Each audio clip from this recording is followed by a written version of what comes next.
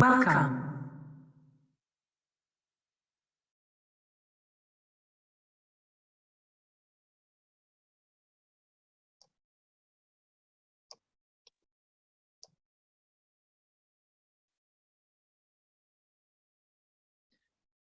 Good morning, everyone, and thank you for taking the time to attend our virtual event entitled Wellness versus Safety and Why You Need Both. It's been almost 3 years since hard lockdown, and the way of doing business has changed dramatically for all of us. We have most certainly become more aware of keeping fit and strong, and hopefully working towards more balance in our lives and quality of making memories along the way. The virtual discussion is a battle between wellness and safety in the workplace, where we have the Natalies battling out to educate us on some important factors for consideration in all quadrants of our lives and working environments. My name is Linda Boerter, founder and managing director of SkillsTrain distributor. We are an importer representing most global publishers. SkillsTrain's main supporting function is to educate and serve the fire and emergency services, government, public, and private sector industry.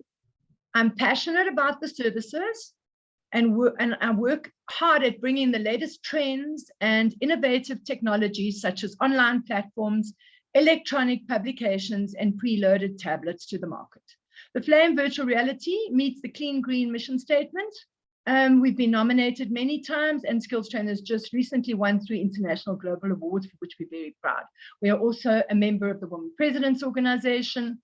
But without further ado, I would like to introduce our exciting speakers for today. Meet Natalie van Black. Over to you, Natalie. Natalie is a corporate wellness coach. Just a quick little overview of Natalie, assisting companies to create a corporate culture that truly supports wellness. This helps to support their human capital as much as possible and strive to help them reach their full potential in life. Wellbeing enables an ongoing journey to greatness, also allowing individuals to be able to handle whatever curveballs life serves them. Natalie owns a company called Peli Peli Wellness, as well as marketing. She has consulted to many companies in a vast array of different industries across the board in her 12 years of being a business owner. I'd like to hand you over to Natalie van Black. Thank you. Over to you, Natalie. Hello, everybody. It's great to be on this webinar, and I am going to be talking about the wellness part of the wellness versus safety arm wrestle that we have. Natalie, sorry, we're just having a bit of a technical challenge to try and share screen. Please just for 2 seconds, sorry people, technical challenges.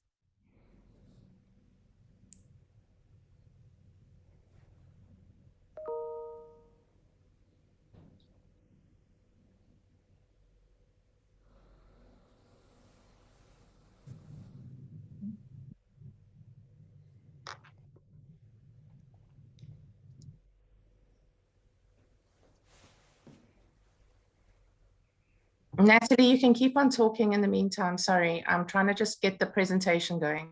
No worries. So yes, so I'm going to talk about your wellness, and I'm going to use the analogy of your wellness and your company's employee wellness being like a tire on a wheel. So if you are a well person, if your company has the culture of wellness, you'll be rolling through life. You'll be waking up with a fire in your belly, and you will be successfully rolling through life. However, if one or two of your dimensions is a little bit short, a little bit underdeveloped, then you're going to be limping through life. So I'm going to use the analogy, as I said, of the tire on a wheel and the Grand Prix to visually show what happens if your wellness and your wheel is not rolling through life in a round way. So here's a quick Grand Prix video just to show you how your wellness should be. And he can afford to take it relatively easily, to back off just that amount that you need to do to make sure that everything is okay. Here he is, and he's out. I cannot believe it. It's a tyre, it's the left rear tyre of Damon Hill. There's Prost going through. the German Grand Prix, fate has snatched victory from the hands of David.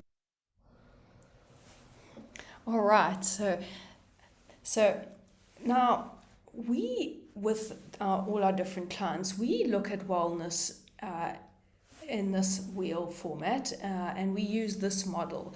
And as you can see here, there's 7 dimensions of wellness. So you've got your body wellness, your soul wellness, your mind wellness, and then your occupational wellness, social wellness, meaning and purpose, and emotional wellness.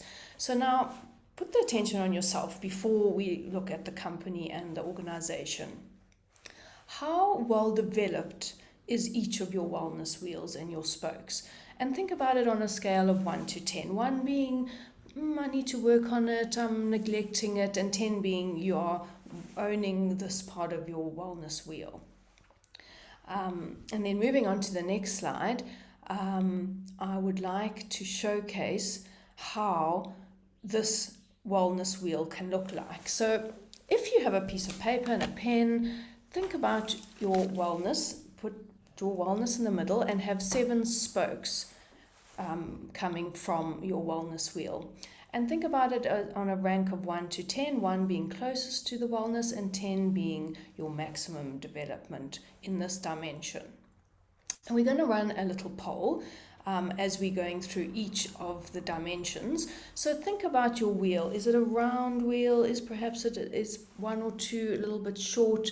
Think about it, and we are going to run a quick poll where we're going to rank it from 1 to 10 on each of these different dimensions. And let's look at body wellness. Let's look at that first. That's quite a simple one to think about. So how is your body? Are you limping through life? Do you have a sore back? Have you got a sore tummy? Are you feeling well in your body? And rank that on a scale of 1 to 10. 1 being, oh, you need to maybe get to the gym, or you need to eat a bit healthier, versus 10 is completely well developed. Then let's go to emotional wellness. So in your own time, we're going to run this quick poll. In your own time, just rank each one of these on a scale of 1 to 10, so that we can just draw an assessment of each person on this webinar. Okay, then going down to emotional wellness, that is how your emotions are. If you maybe are criticized and then you fly off the handle, think about your emotional wellness and also rank that on a scale of 1 to 10. Then we can move down on the poll. I see we've got 1 and 2 there. So moving down as you're ranking yourself, think about your social wellness. So are you having time for your family? Are you having time for your friends? Are you neglecting your friends and family because suddenly you're working from home and suddenly you're working 12, 14 hours a day? So rank your social wellness. Then moving on to occupational wellness. And if the poll's not working so well, then just draw it on a piece of paper and put across kind of where you are ranked 1 to 10. Mind wellness, so your wisdom that you have, your mind, are you able to deal with the different things that life is sending you? So rank that one. Moving on to soul wellness, think about your soul. How well is your soul? Are you neglecting your soul? Are you maybe not being mindful enough, being present? Think about your soul and rank that 1 to 10.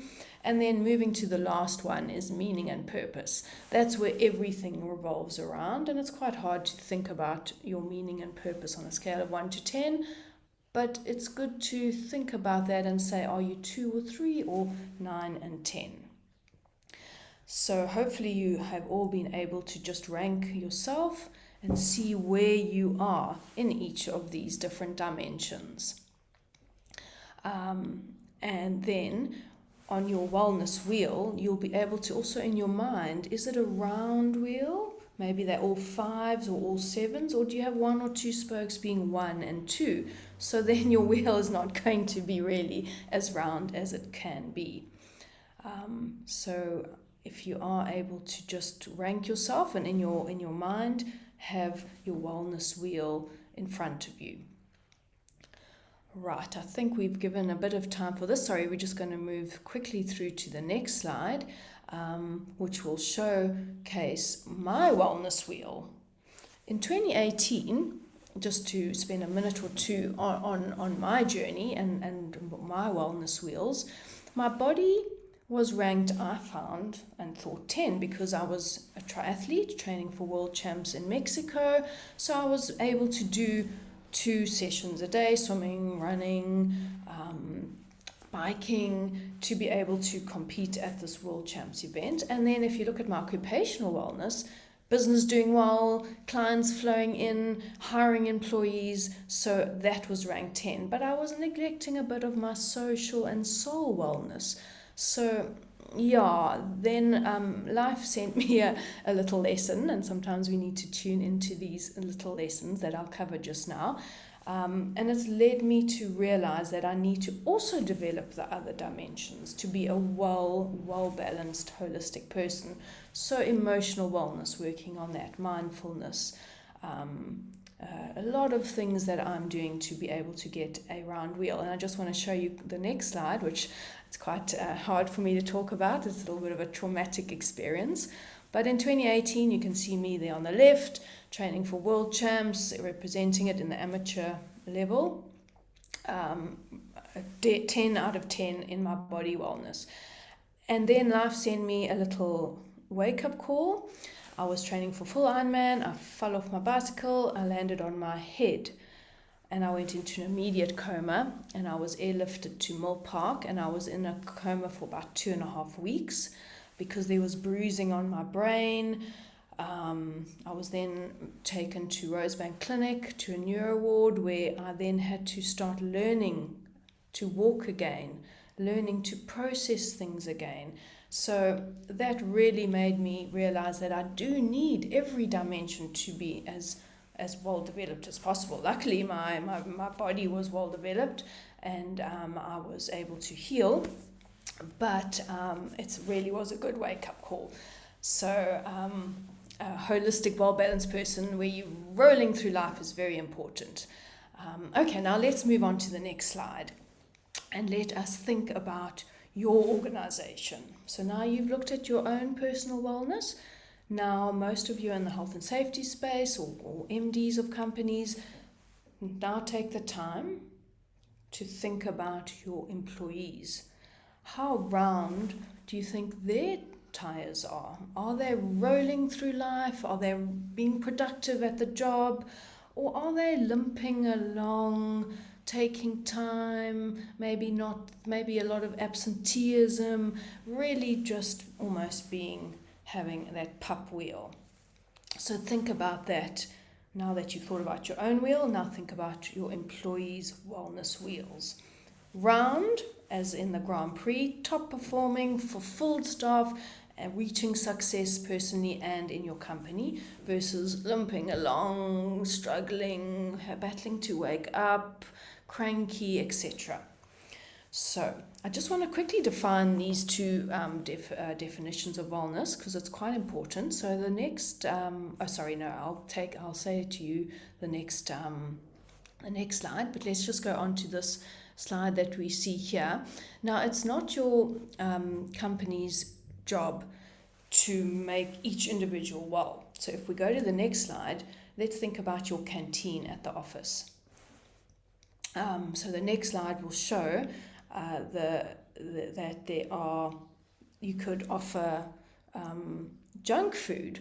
However, it's not your role to force the people to eat good food and not eat the junk food, but to give this opportunity to the employees to be able to choose what they want. A healthy meal. So if we move on to the next slide, you'll see a vending machine that is very healthy vending machine that offers your employees very, very good snacks and food.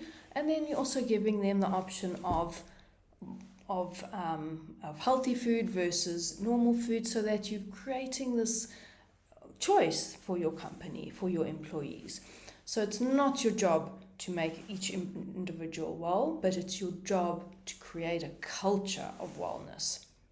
And then we can move on to the next slide, which will show that I was also, just wanting to define. So just take a minute to think about this.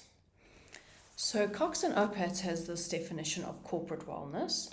It's the systematic effort of an organization to enhance the wellness of its employees through education, very important, behavior change, and cultural support. So that's corporate wellness, where we are able to assist companies.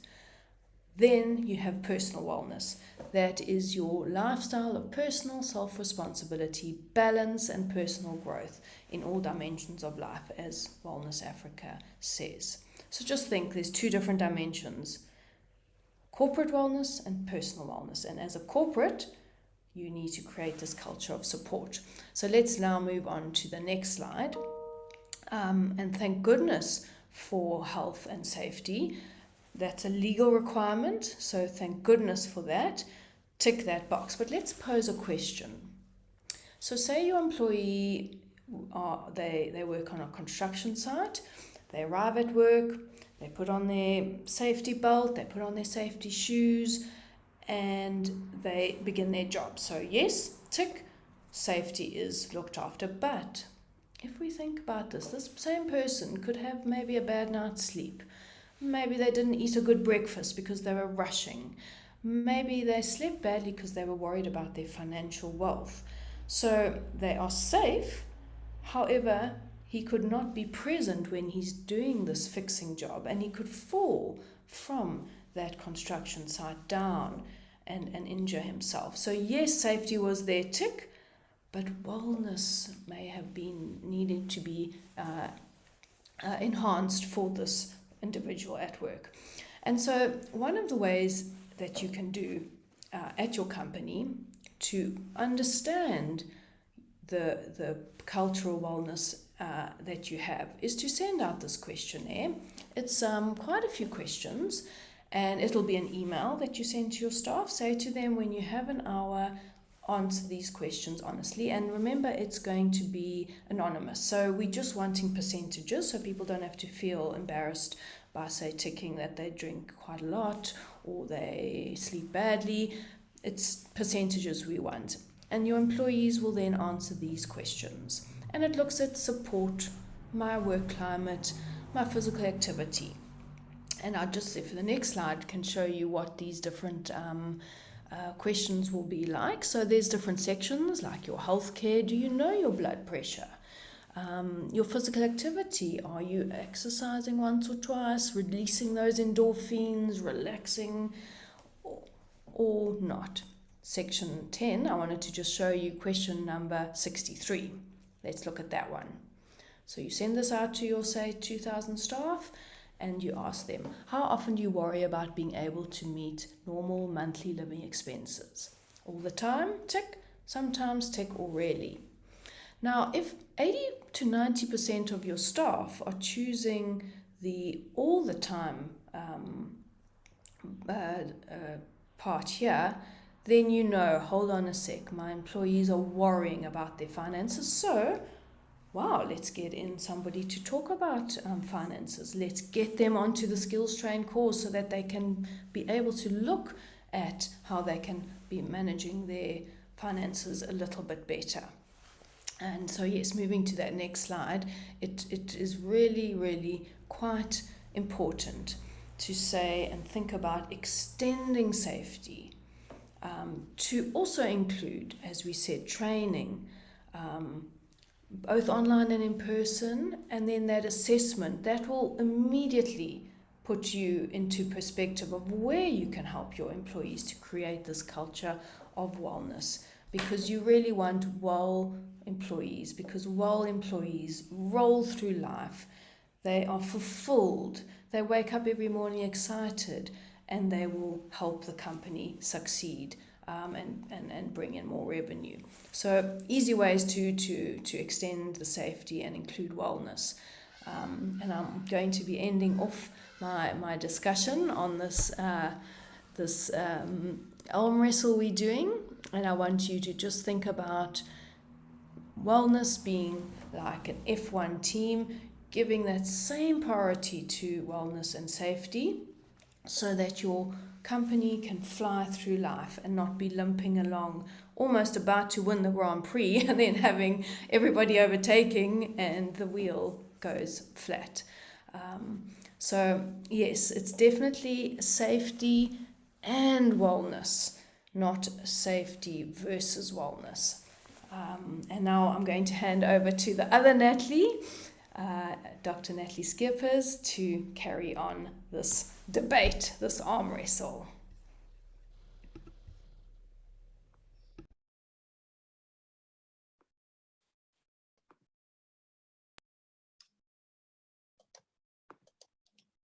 Morning, everyone.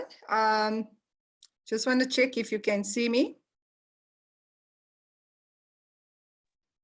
Nolene, is my slides on? Yes. Natalie, just before you start, let me introduce you quickly, please. Thank you. Everybody meet Dr. Natalie Skippers. Natalie Skippers is a governance, risk and compliance specialist. She's a seasoned governance, risk and compliance independent consultant and has a wide range of industry experience that stretches across the public and private sector. Over the last 20 years, she's been working in this environment and holds a PhD in engineering management from the University of Johannesburg. She's an MSc in health and safety, MPhil in HIV and AIDS management. She has a degree. Natalie has held various senior and executive positions over the past decade. As a consultant, she leads and collaborates with a variety of experts to deliver sustainable business and personal results. Natalie runs many training courses in South Africa and is a seasoned motivational speaker. Amongst all her activities and achievements, she is very passionate about health and safety and loves to share her knowledge and experience to help improve workplace safety. She's a self-published author.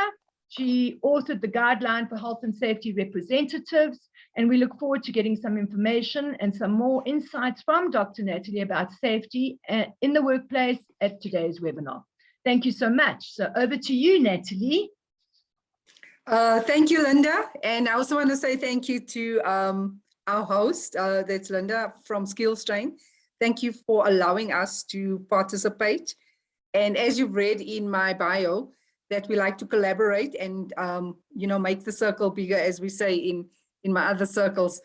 But yes, I'm very fortunate to share the platform with other Natalie. It's a coincidence or by design that we found ourselves talking about the same things that we're passionate about. So I'm going to start right ahead with my slides and share what I would like to, convey over the session. So if we go back to the background that Nat has created, remember the one issue around wellness feeds right into the issue of safety, and the two are very much so intertwined, interlinked.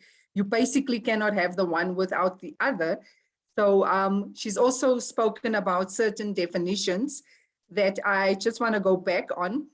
Obviously, the definition of wellness will come from what the World Health Organization has also defined, that you can't be healthy and wellness has to link to not only you having being free from any illness or disease or infirmity. You've got to have your whole state, your whole body, your being, your everything from your head to the bottom on the sole of your feet must work in tune, and everything must be functioning together. Otherwise, you're going to have an off-balance wheel like what Nats has described.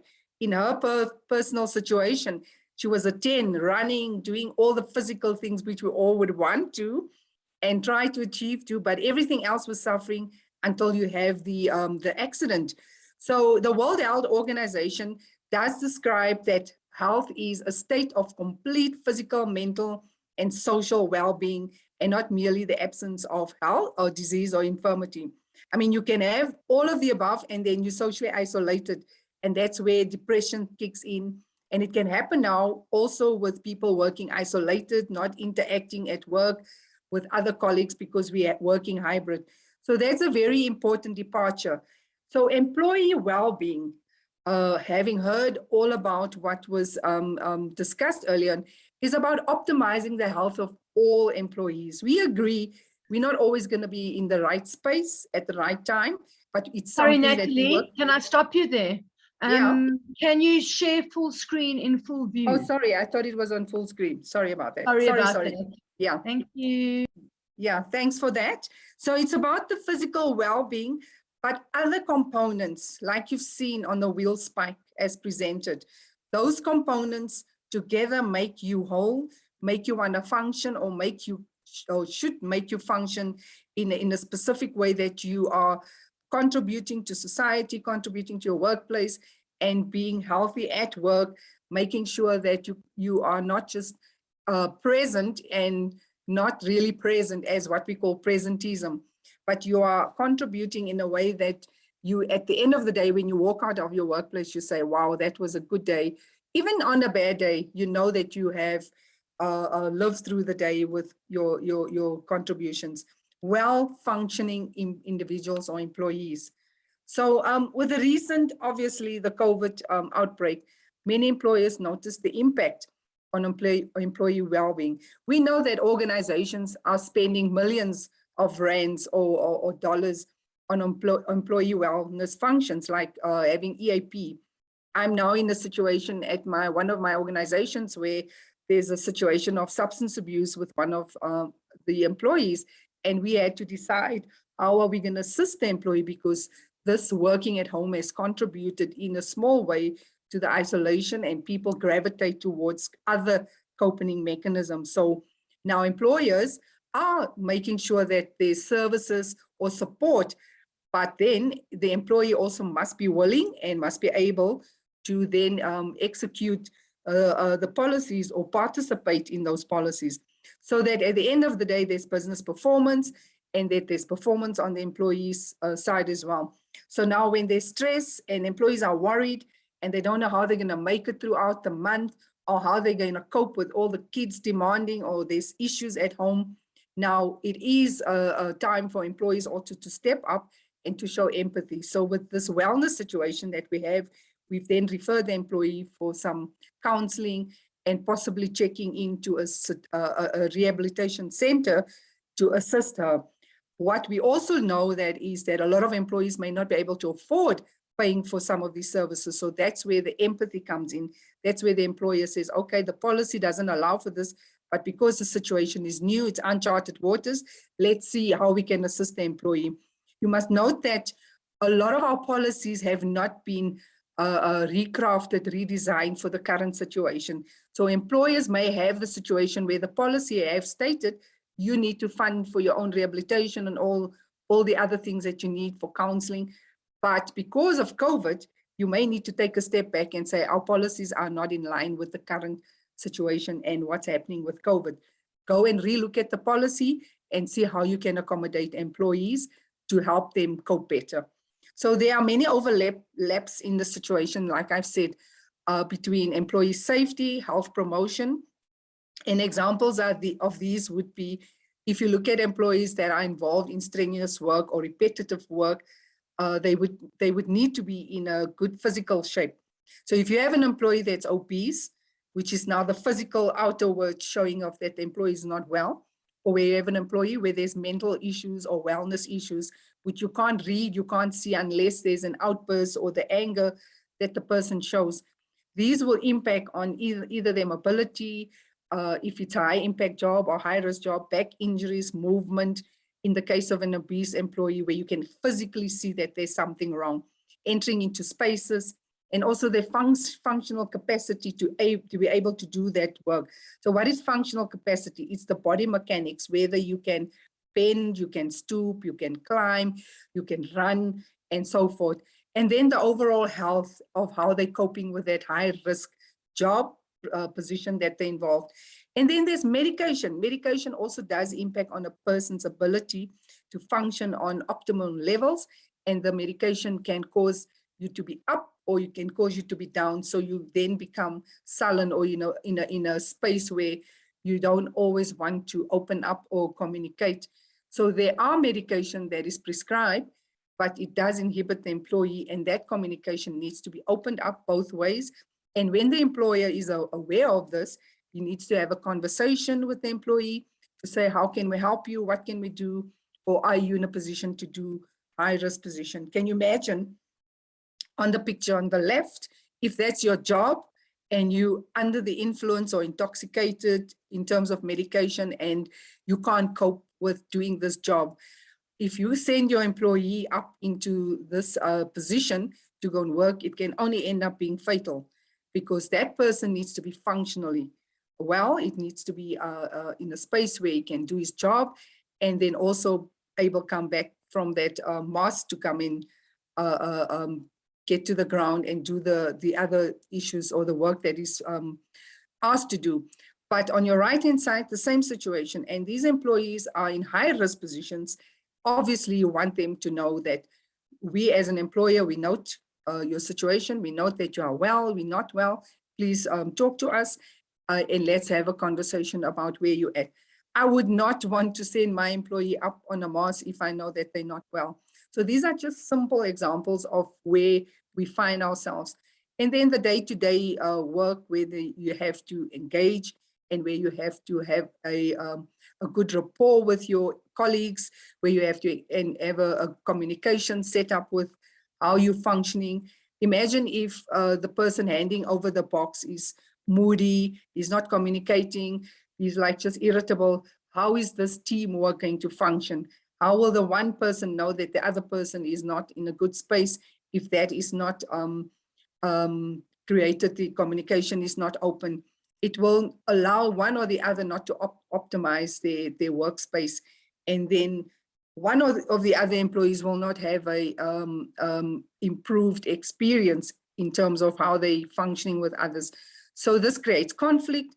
And the next thing you'll know that the one person will say, hey, look, I don't want to work with him. He's too moody, he doesn't talk, he doesn't communicate, and he's always in a corner, and it's just work and no communication. So you need to know where employees are, but it's a responsibility that needs to be shared. It's not the employee must only communicate and then the bosses are not part of this solution, because the kind of work that we involved in today requires a lot of communication, a lot of openness and transparency from both the employer and the employee. So why do we look at all of this? Why is it that your physical limitations or your capabilities are linked to wellness? Because of work, we all need to work. It would also determine the extent of your impairment. So like I said, the colleague that is now going for rehabilitation, we know now that there's an impairment, there's an inability to function at work, there's an inability to communicate, and it affects others. They can see that this person is not coming to work well, they're under the influence. And if you deal with clients, it's even worse. They're not going to want to engage your organization, and the organization will be branded as, oh, these people, they send their employees under the influence or intoxicated, or they would start barring you from doing business with them. And then also your fitness to work. So if you're under the influence or you are constantly dependent on medication, it does impact on your fitness to work, right? Even if it's prescribed medication for a mental situation or physical limitation or wellness issue, it does impact on your work, it impacts on your colleagues, and you are not in a position to make decisions, you're not in the position to do your actual work, and it impacts on the bottom line. Then there's other things like your quality of life. What kind of quality of life does the individual have? Us working at home now, being in hybrid situation, we're very isolated. You are losing that connection. You're losing that physicalness, being in company where you can bounce off things in a situation where you're not threatened. And that impacts overall on your performance, because if you're working at home, there's no one really to talk to. At least at work, you have the water well, or where you can, talk to colleagues and chat with them. So I've spoken about substance abuse and that. So if there's no psychological safety for the employee being well, it's because they don't get feedback, they don't receive feedback. They are scared to raise issues, they are scared to talk about what's bothering them, and they're scared to disagree on maybe there's a job proposal and they know this is not going to work. They're scared to ask for help. They're scared to offer solutions. They just check out. So you may think that the individual is okay, that work, and they're not even going to bring solutions to the table. And that job may be impacted if there's no solutions in terms of problem solving. We all know that we are hired to basically solve problems. So you don't want a person to be at work, but they're not at work, which we call presentism. They're already checked out because of maybe their illnesses. They're just there and carrying on, like what Nats described earlier on, having a pop wheel, and they're just dragging everybody on and not coming to a conclusion. So it's important that we engage, right? And then, so the way forward for all of this is that we need to communicate. The relevant information must be included prior to your functional capacity evaluation. In other words, the person must know, for this job, I need to function on this level. I need to have my mental acuity. I need to be coherent. I need to be able to communicate. So this job is not about your job description. It's also about making sure that the employee knows that these are the basic requirements of this job. I need to run, I need to jump, I need to be in a high mass. And for that to happen, I need to be a whole person. And if that can't happen, I need to communicate with my managers, my supervisors. Also on medical reports, sometimes we get medical reports. It's a non-disclosure area where you cannot really be intrusive on the medical condition that employees are undergoing. But more and more, there's openness around what is happening with employees. And even now with COVID, people were able to disclose that they have comorbidities, they have issues that impact on their work. And then that allows the employer to say, okay, I know now how to help you. I know now what to do, and I know what not to do. So there's an element of transparency that must take place in the workplace around wellness and safety, because the two are very, very linked intrinsically. Job analysis. So this is very important where if, for example, someone has disclosed that they, for the next 3-4 months, are going to be unable to do certain job, can they maybe do something else that is low key or just be placed in a different department? And then for safety to take place and safety to be in the workplace, the employer, supervisor, manager then says, okay, let's do a risk assessment, let's do the analysis and see how we can accommodate you. Because reasonable accommodation is part of what we do in our Labor Relations Act. We try and reasonably accommodate an employee if they're unable at that point in time to function. So that is a process that can happen. And as I said, rehabilitation could be both in terms of your physical and your wellness situation. So physical, if you've had a serious injury, you're given time to recuperate, you're given time to repair and come back to work and know that you're in a safe space. Employees with home life work activities, which includes hobbies, that is like on yourself. It's something that we need to do for ourselves, but it can be encouraged. I know of workspaces nowadays that they have pool tables, they have a board games room, just to allow employees to decompress or just for them to relax in a different setting. But hobbies are important. It's not the employee's responsibility, but it can be encouraged, like what Nats was saying earlier on the vending machine. Surely if the employer puts a vending machine in and there's no sugary foods and unhealthy snacks and stuff, it will encourage and it will change the culture in the workplace. And in that way, it sort of forces you to gravitate towards the things that are right or that are good or healthy. But it also then depends on how well received that is from the employee. I know of employees that have tried this and then employees complain they want other snacks. So that's on them as well. But we must encourage, we must support, and we must allow a different way of doing things. Incident investigations. In our safety world, this is very important because most of the time we want to understand what went wrong and why did it go wrong and how can we fix what went wrong. So it's important that an incident must be investigated. It's not always that when an incident is investigated, you're going to pin it on the employee. Sometimes the employer has not changed the way of work, has not changed the way things are done, old machinery or new machinery even, or training that needs to happen in future. We also know that younger employees are entering the workplace and they are prone to incidents, they are prone to accidents. And you need to understand, okay, why did that accident happen? Why did the incident happen? So it's very important then that accident and incident are investigated, and the cause thereof must be used, not always punitive, but to improve on whatever's happening in the workplace. Medical claims. So medical claims are part of the employee's responsibility if the accident is work-related. And then obviously this impacts on the employee's insurance. So you want to prevent that.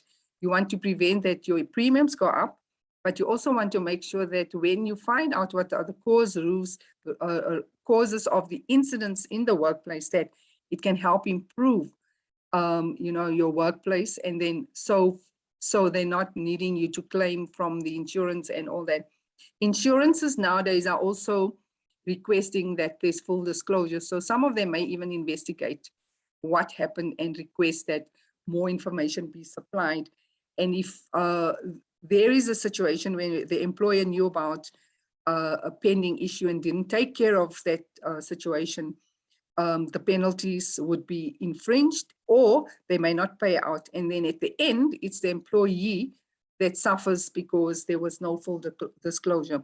So there's very much a link between being well at work, being able to function, being able to be at work physically, mentally, and being there, being present, knowing that what you're doing is contributing to the company's bottom line, knowing that you as an employee, you have a contribution to make. You need to disclose, you need to be open, you need to be transparent. But we realize that there are also fears that employees have in terms of, if I disclose, is this going to be held against me? The demands of work, promoting work-life balance. This is something where we know that before COVID, people would anyway have a lot of work to do. They would have piles of paperwork and no support. Now that hasn't changed, because we know that if we're working at home, you probably start your day and carry on until that job is done. And the intention is that at some point in time, you need to check out. But studies show that employees carry on because there's this thing that, but you are at work, you are at office. Are you really at work? Are you at the office? Have you created boundaries? Have you made sure that your employer knows that you're not on duty 24/7? As the employer, put in place certain policies, certain rules, certain boundaries to make sure that employees check out. Do you check in with your employees? Do you have chat sessions? Do you have coffee sessions? Do you talk to employees to make sure that they are well, they are in an environment where they're coping well, especially now if they are working remotely? So just some interesting statistics. If you look where we're at in terms of South Africa, in terms of our work-life balance, and where Italy is, you can just maybe on the chat tell us, why do you think Italy or Italians have a better work-life balance? Is it because of the pizza? Is it because of they take a siesta, sorry, at 12 or 2 o'clock they rest? Or is it because they are just relaxed and South Africans are just rushing all the time? There's no right answer. If you go into the statistics, obviously we also have a high rate of crime. You guys are familiar with the gender-based violence in our country. So work-life balance is important. And also remember that jobs are scarce. So people will work to impress or whatever they do to show their bosses that, look, I'm able to cope. And unemployment contributes to all of this if you go into the details of our work-life balance. Yet we have the best sun, we have the best weather, we have the best people, we have the best food, and we are number 6 when it comes to work-life balance. So that's something to interrogate. What is it that Italians are doing different, and why they're living much, much, much longer than South Africans? I saw a poll the other day from Stats SA. Now, guess what? We will live happily ever after till the age of 60. It has improved from 55. I mean, that's not even 10 score and whatever that is in the Bible, you know, that you can live up to 70 and plus. That is a benefit. Now, 60 is the number. And I'm sure if there are people on this call that are older than 70 or 60, then they still blessed. But imagine for the youngsters, you only have to look forward to another 30 years or another 20 years, depending on your age. So that's not good. It means that we are very, very stressed society. How liable are employers for home worker or employees' accidents? Very liable. because if your employers told you your new workplace is now your house, there has to be a risk assessment. I must be honest, this is a discussion for another day. I cannot do it on the score, but definitely if your new workplace is here at your new house, where you're living in your domicile, then it changes the dynamics. It means that you're no longer going to an office. This is your office. So your risk assessment, your safety assessment has to be done. And that is a discussion that you and the employer needs to have as to, do you have the right chair? Do you have the right environment? And how are you going to be supported? But certainly, if you received a letter to say you're now full-time employed and your workplace is at your house, it is a different facility now. Why employee wellness is more important than before? Because businesses don't manage themselves. People do, until we have robots to do that. But for now, we do. We as people do. We come with solutions. We engage. We're part of the business.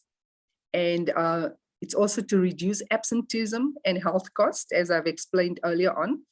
Absenteeism is not good for any business, even if you're just checking out to have a day off for no reason, and there's clients and there's deadlines and there's payroll and so forth and so forth. It does impact on the business. It impacts on the view the business is seen from outside, your reputation, increased employee engagement, right? Because we want employees to be engaged. You want to be happy.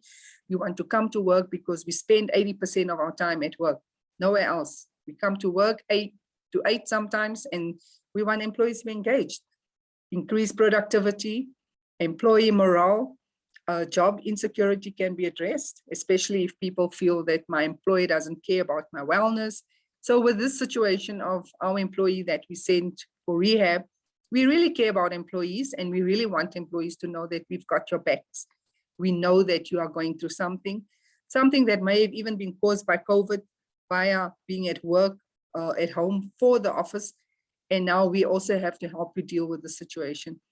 Attractive employer branding, like I said, reputation, and wellness programs provide a return on investment. This is true. If you go and look at the Harvard study that was done in 2022 to 2008, this is a bit old, but they declared that their wellness program saved them $250 million. This is Johnson & Johnson. So it's important that if you set the metrics and you measure it, and you can see how you've saved the bottom line of the organization. Like if people have to resign all the time, now you need to retrain and train, find new employees. It's costly to bring new people on board, to explain to them and to teach them how the culture in this organization works. So those metrics Johnson & Johnson did, and for them, they were able to coin it and say, like, look, we've saved $250 million. It may not be a lot for other people, but for this organization, it meant that they understood what they were measuring, they understood what they were looking at. And a lot of people working at Johnson & Johnson don't just resign. So that's important. If you look at other organizations, they're in and out, there's no sustainability. Sustainability is the key word, because customers get used to people, customers know your brand, and they want continuity. They don't want to be dealing with Joe soap every second day, because you can't keep employees. But it's very important. The way forward, assess your current programs, policies. Are they still relevant? Are your policies still addressing employees' needs, especially people working from home? Pay issues, things around leave. Do you extend the leave? Do you give certain employees more leave? Look at your older workers. Do they need more support? Do they need more collaboration with the team? If you send an older worker to work at home, they'll be able to function. Younger people cannot. They need that cohesiveness. They need the interaction, the WhatsApp groups. So you need to have a balance in the workplace. Imagine leaving all your business decisions to the youngsters at work, and your older workers are at home, because we're okay with this. We have a work ethic we've established. And does that program then support both groups? Just looking at the two. Look at your program designs, training, retraining. That's why we have sessions like this. Thank you, Linda. SkillsTrain has a lot of programs for organizations, a lot, I think over 200 courses. So people need training, retraining. Retraining just reinforces what you have said and bring on new ideas and allow employees to function better. So you can never, ever throw away training, right? Training is very important. Even myself, I go on free webinars all the time because I'm open to learning. I really want to know what's going on in the world of work. So I'm happy to open my mind and get new information and learn. Communication, listen to employees, regular feedback, not just WhatsApp, but have one-on-one sessions and make it on video, not on telephone, because you want to read the person's demeanor, you want to read their face, you want to size them up, as I call it. You want to see their body language, you want to see if they're coiled up, you want to see their mood. So have sessions where employees have to report on video and you can tell what's going on in their lives. Look at incentives like flexible work spaces. If employees say, look, can I start at 9? And your policy says, no, you need to start at 8 o'clock. I mean, that's an old fashion, but you expect employees sometimes to work till 9 at night. So look at your policy. It's not generally taken that you, because you sign on from 8 to 5, that you're not going to work later than that. The employer expects it, but when you need a favor, you got to be flexible around that. You need to know that I'll meet you halfway. There's also this thing, oh, if we allow this, then we're setting a precedent. I think that's nonsense, because we need to deal with employees as individuals. You sign them up as individuals, not in a group. You also need to help employees individually. And if you want to incentivize an employee because they're a team player and they're contributing, why not? Now we've created all these policies that clubs everybody together and expect people to work like that. And yet we are also still individuals, right? So analyze your programs on an ongoing basis, make sure that they're still relevant, they still work towards the goal, the vision, and what the organization wants to achieve. And enable collaboration between employees, departments. I've spoken about this earlier when I said the younger and the older generations mixing and how they can work together, and show empathy, not only in words, but policy decisions. Empathy is very important. Eventually, if work becomes in abundance and people don't like the organization, they'll check out and leave. So that's me. I'm done. Thank you, Linda. I hope we'll get good feedback and any questions from those that have joined us, but over to you. Thank you. Awesome. Thank you so much. I appreciate that. Thanks, Natalie and the other Natalie, and thank you to Ladybugs. We do have some questions, so let me start. There's a question here from Wolf van Sale. Your reference to safety is physical, neurological, and psychological safety is more relevant when talking about well-being at work or individually. I think that was aimed at Natalie van Black. Natalie, can you answer that for Will, please? You're on mute, Natalie. Sorry, just repeat the question he's needing to know. He's saying the reference to safety is physical, neurological, and psychological safety is more relevant when talking about well-being at work or individually. Yes, so definitely that is part of the dimensions, the mind dimension, the soul dimension, the physical dimension. That is definitely part of the wellness model for sure. Yes, that comes into play. Awesome, thank you. Natalie Skippers. Natalie, just put your video on, please. How can companies help? Thank you. How can companies help staff feel comfortable about coming forward in terms of wellness to ask for help without risk of reprisal or stigma attached? Okay, so a lot of companies have a EAP service anyway. They have like a hotline kind of thing where you can phone in or you can report issues where you want to talk to someone privately. We pay for that.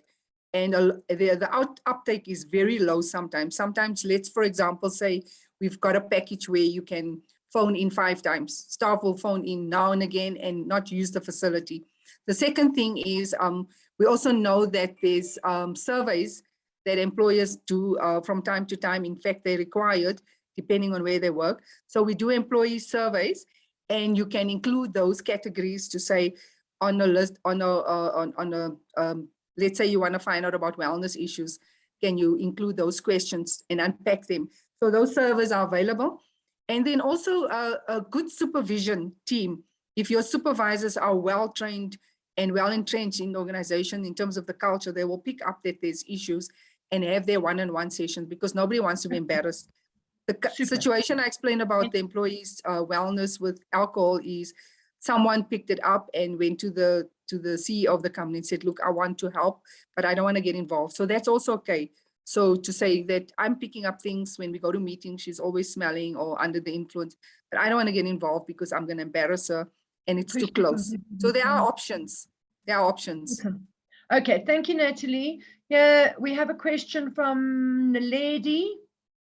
How do you approach an employee when you know they are in depression and it's affecting their work, but you know it's a personal issue? Okay, so that's a sensitive issue. Who would like to take that question? Nat, you can go. Yes, so there's definitely ways to assist the employee. It can start from the manager seeing that there's an issue and then supporting them as best they can through different doctors, different psychologists, etc. So it's definitely something to deal with as best as the company can, so that the company deals with it, and then the person also has the responsibility to deal with their depression, maybe take some a few pills to help them and get that balance back going into their brain. So there's definitely ways to deal with that from both sides. Thank you. Can I just jump in here as well? We all have a friend or someone that we associate with, or your confidant. So I think if I'm not the person to talk to the individual, I would speak to the person's friends and say, look, I'm noticing this and this. I don't want to skinner, because that's also not right. Do you pick up what I'm picking? And I think there's an issue. Can we talk? You know, the lady that was killed, the nurse in South Africa, she spoke to a friend. She told them that she's feeling that the domestic violence is an issue at home.